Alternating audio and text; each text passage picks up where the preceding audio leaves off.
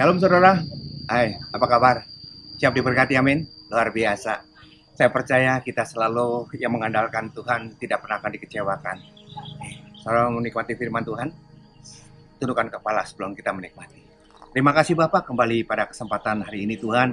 Dengan hati penuh pengucapan syukur, kami boleh bersama-sama Tuhan menikmati firman-Mu, berbicara kepada setiap kami. Kami butuh firman-Mu Bapak. Biar melalui firman-Mu Tuhan yang letih, lesu, dan berbeban berat, mereka dilepaskan, dibebaskan. Yang sakit disembuhkan. Di dalam nama Yesus kami siapkan hati kami. Semua yang siap diberkati sama-sama katakan amin. Buka bersama dengan saya firman Tuhan dari Keluaran 20 ayat 12 sampai dengan 17. Ini ayat sudah sangat populer. Keluaran 20 ayat 12 sampai dengan 17. Firman-Nya berkata, hormatilah ayahmu dan ibumu supaya lanjut umurmu di tanah yang diberikan Tuhan Allahmu kepadamu. Jangan membunuh, jangan berzina, jangan mencuri, jangan mengucapkan saksi dusta tentang sesamamu, jangan mengingini rumah sesamamu, jangan mengingini istrinya atau hambanya laki-laki atau hambanya perempuan atau lembunya atau keledainya atau apapun yang dipunyai sesamamu. Oke, saudara, kita sudah tahu ini ayat. Oke, ini sebagian daripada hukum Taurat. Coba kita pelajari saudara, ya kan? Jangan membunuh. Kayaknya kalau kita membunuh nggak sampai dah. Dalam arti kata, kalau membunuh kacua, membunuh nyamuk, oke. Tapi kalau membunuh manusia, rasanya nggak sampai bisa untuk melakukan seperti itu. Itu nggak susah untuk kita lakukan. Jangan berzina. Kalau kita sudah bertobat, kayaknya untuk kita berzina kayaknya agak sedikit susah. Dan sukar karena kita tahu semuanya ini tidak menyenangkan dan itu dosa di hadapan Tuhan. Jangan mencuri. Lebih lagi juga mencuri. Kayaknya mencuri susah ya. Kalau kita sudah bertobat, kayaknya kita mencuri kayaknya susah. Tetapi satu hal yang ini saudara, jangan mengucapkan saksi dusta tentang sesamamu. Jangan mengucapkan saksi dusta tentang sesamamu. Karena saksi dusta artinya apa? Berbohong. Dan hal ini yang agak sedikit sukar saudara. Itu hukum Taurat. Saudara, jangan.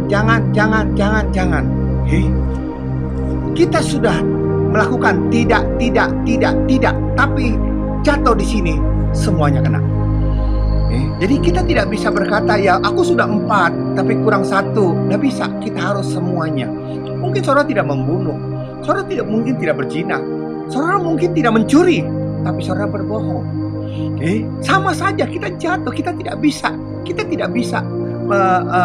menggenapinya. Itulah saudara, tanpa kita sadari berbohong itu, tanpa kita sadari kita sebagai orang tua sudah mendidik anak kita untuk berbohong. Coba perhatikan saudara. Ada ibu berkata gini, nak, nanti kalau ada orang yang datang cari mama, bilang mama nggak ada ya, padahal mama ada di sana. Pernah kita lakukan seperti itu? Atau nanti ya kalau ada ya telepon yang nyari mama, bilang mama pergi keluar ya, gitu. Tanpa kita sadari kita sudah mendidik anak-anak kita untuk berbohong di sana. Kenapa sih kita harus berbohong? Kenapa kita harus berbohong? Berbohong adalah cara manusia untuk bisa menyelesaikan masalah dengan cepat. Itu cara manusia. Untuk apa? Dengan dia berbohong selesai. Dengan dia berbohong cepat semuanya jadi selesai, daripada dia berkata dengan jujur akhirnya berlarut-larut dan problem di sana. Saudara, ini yang terjadi. Saudara, di dalam Alkitab pun berapa banyak. Kenapa sih orang bahkan yang dipakai Tuhan dengan luar biasa jatuh dalam roh kebohongan? Mari kita buka firman Tuhan saudara. Matius 26 ayat 70. Tetapi ia menyangkalnya di depan semua orang. Katanya, aku tidak tahu apa yang engkau maksud. Saudara, siapa ini? Petrus. Begitu dekat dia dengan Tuhan. Begitu dia dekat, dia melayani bersama dengan Tuhan. Dekat dengan Tuhan, sehari-hari dengan Tuhan, melayani bersama dengan Tuhan. Melihat bagaimana Tuhan nyatakan kuasa yang luar biasa, mujizat yang luar biasa. Orang lumpuh, orang tuli, orang kusta, orang mati bangkit. Dia lihat, dia ada di sana. Bahkan Tuhan mengimpartasikan urapan yang luar biasa untuk dia pun jadi berkat. Untuk dia pun bisa memberkati. Untuk dia bisa menyembuhkan orang, tapi bisa-bisanya dia berkata, aku tidak kenal dia. Kenapa saudara? Kenapa sampai dia berbohong? Saudara, tidak ada jalan, tidak ada kata lain. Dia berbohong karena dia, karena dia mau, dia punya keinginan, dia punya keinginan, entah itu mau melihat Yesus, dia punya keinginan entah itu untuk menolong Yesus, maka dia datang ke sana melihat, terus memperhatikan. Itu yang terjadi mungkin dalam pikiran daripada Petrus. Oh, di mana di tempatnya, apa yang dilakukan, ada kesempatan gak untuk dia membebaskan? Itu mungkin ada dalam pikiran dia. Jadi, kenapa dia berbohong? Karena dia takut. Kenapa dia berbohong? Karena dia punya keinginan. Karena dia punya keinginan. Apakah benar Petrus itu penakut? Kita lihat firman Tuhan. Matius 26 ayat 31. Maka berkatalah Yesus kepada mereka, malam ini kamu semua akan terguncang imanmu karena aku. Sebab ada tertulis, aku akan membunuh gembala dan kawanan domba itu akan tercerai-berai. Akan tetapi sesudah aku bangkit, aku akan mendahului kamu ke Galilea. Petrus menjawab, biarpun mereka semua terguncang imannya, mereka, karena engkau, aku sekali-kali tidak. Yesus berkata kepadanya, aku berkata kepadamu, sungguhnya malam ini, sebelum ayam berkokok, engkau telah menyangkali aku 3 kali. Karena kata Petrus kepadanya, sekalipun aku harus mati, lihat, sekalipun aku harus mati bersama-sama engkau, aku tidak akan menyangkal engkau. Semua muridnya lain pun berkata demikian juga. Tuhan, saudara, apakah dia cuma ngomong besar? Apakah dia penakut? Benar saudara, Petrus itu orang pemberani. Begitu murid-murid semua terkucar-kacir lari, cuma dia satu-satunya yang ikut ngintili, terus ngikut di belakang. Karena itu yang dilakukan. Kalau dia memang penakut, dia tidak datang ke sana. Dia akan menjauh daripada itu semua. Dan ini yang terjadi, dia datang, dia ikuti itu semua. Karena apa? Karena dia punya satu keinginan, dia punya satu hal yang dimana dia pengen tahu, dia pengen melihat, dan dia punya keinginan untuk juga kalau bisa membebaskan Yesus. Yakobus 1 ayat 14 sampai dengan 15. Firman-Nya berkata, tetapi tiap-tiap orang dicobai oleh keinginannya sendiri, karena ia diseret dan dipikat olehnya. Dan apabila keinginan itu telah dibuai, ia akan melahirkan dosa. Dan apabila dosa itu sudah matang, ia akan melahirkan maut. Karena manusia dicobai oleh keinginan, karena dia punya keinginan untuk bisa mencapai keinginannya. Tidak ada jalan lain, jalan pintas, dia berbohong. Untuk mencapai keinginannya, segala cara dia lakukan. Yang paling enak, tuntas, cepat, bohong. Itu yang dilakukan oleh Petrus. Saudara, ini yang terjadi. Saudara, saudara punya keinginan? Saudara punya keinginan? Saya juga punya keinginan. Saya ingat saudara, waktu dulu saya sebagai kontraktor dan interior design, saya dapat baru mau awal sih proyek di Bandung. Saya ingat itu proyek Perumtel. Proyek Perumtel. Saya datang ke sana, ketemu dengan Ibu Ningrum yang ngerti semua orang, istilahnya orang dalamnya lah.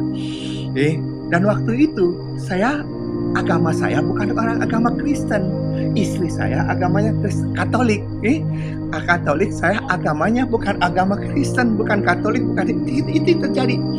Begitu saya ketemu dengan Ibu Ningrum, biasa dah kita entertain di sana. Ternyata ibu ini Kristen. Demi untuk mendapatkan proyek, saya ngaku orang Kristen, saudara. Kalau dilihat malu banget saya. Saya untuk bisa dapatkan proyek, saya ngaku orang Kristen. Dimulai dari apa? Begitu makanan sudah ada, doa. Begitu dia suruh saya doa, saya berkata, udahlah kita masing-masing berdoa aja. Karena apa? Saya nggak bisa doa. Saya doa menurut caranya, dan waktu saya doa seperti itu, waktu masing-masing berdoa seperti itu, saya ngintip saudara. Bagaimana sih cara doanya? Oh, ngelipet tangan, oh duduk begitu, oh nunduk segala macam. Ya udah saya ngikutin. Saya aminnya kapan saya ngelirik, dia udah selesai atau belum. Begitu dia udah selesai amin, baru saya belakangan amin gitu. Lucu banget itu keinginan saya untuk dapat proyek, sehingga saya pakai segala cara untuk pendekatan supaya dia tertarik, oh sama-sama orang Kristen, sama-sama orang percaya, saya dapat proyeknya. Saudara, itu yang terjadi. Begitu makan dia seperti itu. Kemudian juga saudara, dikit-dikit gitu kan, oh amin, oh haleluya, oh amin, oh haleluya. Itu ya kelihatan sekali kakupnya saya seperti apa, bagaimananya saya seperti apa, berlaku saya seperti orang Kristen. Tidak begini supaya dia tertarik dengan saya, bahwa saya orang baik dan proyek ini bisa diberikan kepada saya. Saudara, yang terjadi endingnya, singkat cerita, saya tidak dapat proyeknya. Keinginan saya, sehingga saya melakukan segala sesuatu hanya untuk dia terkesan bahwa kita sama-sama orang Kristen. Ya dia bantu untuk dia dapat proyek. Saudara, inilah yang terjadi. Berapa banyak orang karena keinginannya dia menghalalkan segala cara. Karena keinginannya dia terpaksa berbohong. Kita teruskan firman Tuhan dalam Kisah Rasul 5 ayat 1 sampai dengan 5. Ada satu lagi saudara. Ada seorang lain yang bernama Ananias dan dia beserta istrinya Safira menjual sebidang tanah. Dengan setahu istrinya, ia menahan sebagian daripada penjualan itu. Menahan, dia nipu, dia bohong. Dan sebagian lain diletakkan di bawah kaki rasul-rasul. Tetapi Petrus berkata, Ananias, mengapa hatimu dikuasai oleh iblis sehingga engkau mendustai Roh Kudus dan menahan sebagian daripada hasil penjualan tanah itu?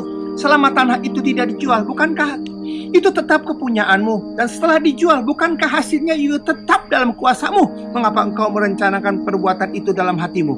Engkau bukan mendustai manusia, tetapi mendustai Allah. Ketika mendengar perkataan itu, rebahlah Ananias dan putuslah nyawanya. Maka sangatlah ketakutan semua orang yang mendengar hal itu.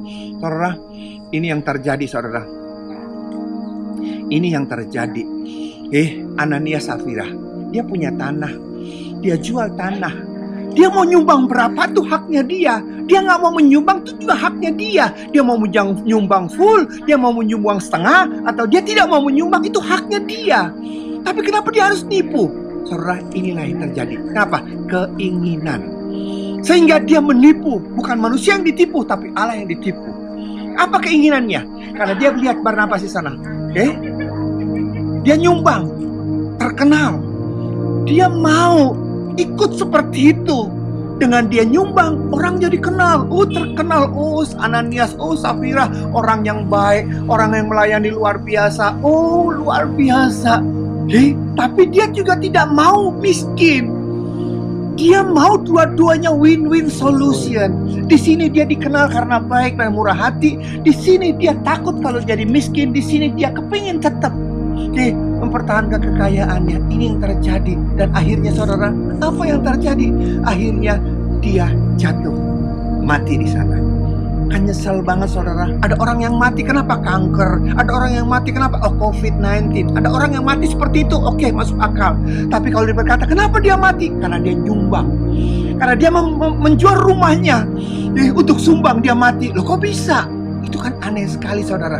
Tapi itulah yang terjadi. Hati-hati dengan keinginan kita. Apapun keinginan kita, hati-hati.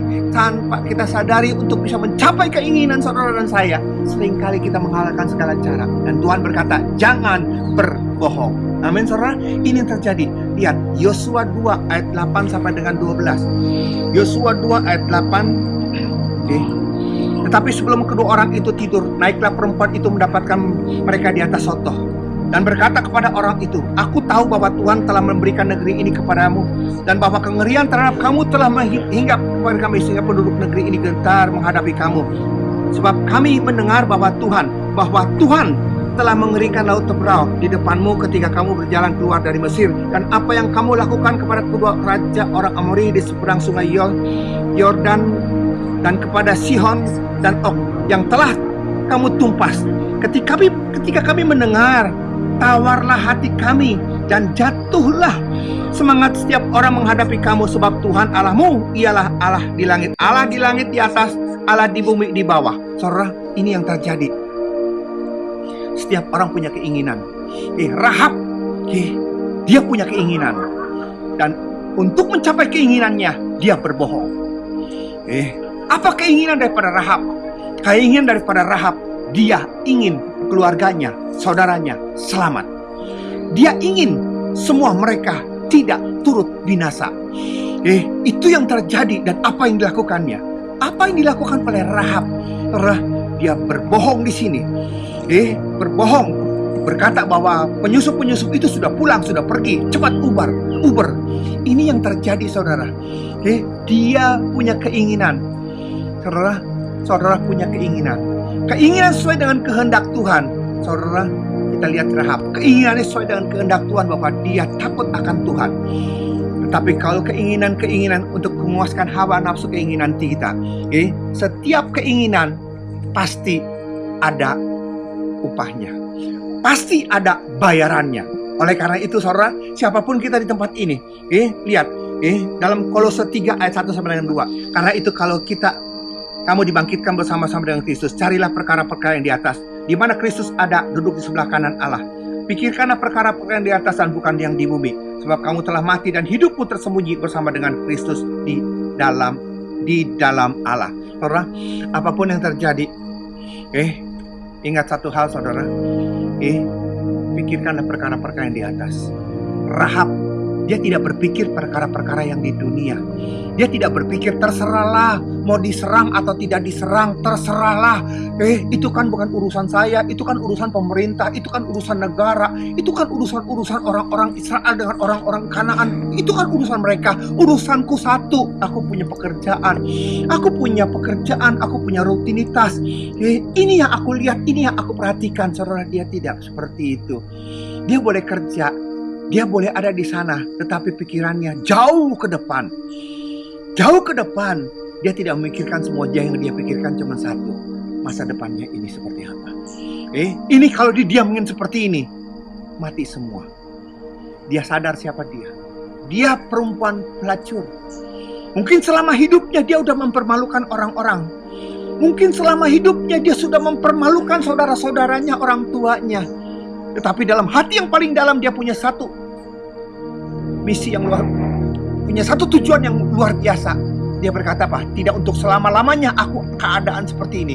Aku tidak mau mati dalam kecemaran. Apa yang dilakukan? Dia punya kesempatan.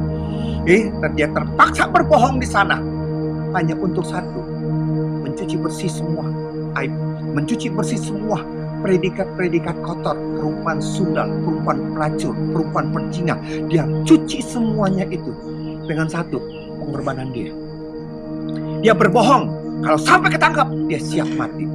Tapi yang luar biasa, Tuhan menyertai dia. Dan bukan saja dia, seluruh keluarga orang tuanya, saudaranya, seluruh teman-temannya yang ada di dalam rumah, diselamatkan. Ini yang terjadi, saudara. Kita tidak bisa berkata gini, Pak, kalau keinginan itu jahat, kenapa Tuhan memberikan keinginan? Saudara, keinginan diberikan kepada setiap kita. Tapi begitu ada keinginan di sini, yang saudara pikirkan perkara-perkara dunia semata-mata, atau yang saudara pikirkan perkara-perkara yang di surga. Saudara arahkan keinginan saudara itu kemana? Kalau keinginan kita arahkan kepada masalah makan, minum, pakaian, dan kawin, mengawinkan semata-mata, tidak apa-apa. Itu yang kau tabur, itu akan kau tuai. Tetapi kalau engkau memikirkan perkara-perkara yang di atas, yang di surga, saya terlalu percaya, perkara itu dan berkat itu yang akan menyertai saudara saya. Oleh karena itu, saudara, dalam pandemi seperti ini, apa yang menjadi keinginan saudara? Apa yang menjadi keinginan saudara? Apa yang menjadi keinginan saudara? Saudara memikirkan bagaimana memulihkan ekonomi, bagaimana memulihkan pabrikku, tokoku, atau saat ini adalah saat yang paling indah adalah memikirkan perkara-perkara yang di surga. Kalau sekarang ini adalah waktunya untuk kita berpisah dengan dunia, apakah saudara sudah siap? Apakah saudara berkata nanti dulu, aku masih punya ingin, aku masih ini, aku ingin. Saudara, kita punya keinginan. Janganlah sampai keinginan kita salah. Arahkanlah keinginan kita seperti apa yang Tuhan inginkan. Keinginan perkara-perkara rohani. Dan saya percaya, jerih payahmu di dalam Dia tidak pernah akan sia-sia. Amin. Itu dengan kepala kita berdoa. Hamba-Mu sudah selesai berbicara. Ya, penyertaan-Mu terus menyertai memberkati mereka. Kami tidak lepas daripada keinginan kami. Arahkan keinginan kami, Bapak. Bukan melihat perkara-perkara dunia semata-mata, tetapi keinginan kami diarahkan kepada perkara-perkara yang dunia, perkara-perkara surga. Jadi melalui masalah problem pergumulan kami arahkan hati kami kepada Engkau. Dan kami percaya Tuhan, kami tidak akan sia-sia berjalan bersama dengan Engkau. Justru dalam keadaan seperti inilah penyertaan-Mu luar biasa senantiasa memberkati. Tutup gugus jemaat-Mu dimanapun mereka berada, apapun keadaan yang mereka hadapi. Kami percaya penyertaan-Mu membuat perbedaan yang luar biasa. Membuat mereka dilepaskan, dibebaskan, dikuatkan, disembuhkan, diberkati. Di dalam nama Yesus. Berkati negara kami, Presiden, Wakil Presiden, Gubernur, Dokter, Suster, dan semua jajaran sampai yang terendah. Pulihkan negara kami, Bapak. Ekonomi dipulihkan, negara kami diselamatkan. Nama Tuhan dimuliakan. Terima kasih. Dalam nama Yesus kami berdoa. Haleluya. Amin. Demikian firman Tuhan, saudara. Saya percaya kita semua diberkati. Sampai jumpa dalam sesi yang akan datang. Tuhan Yesus memberkati. Shalom.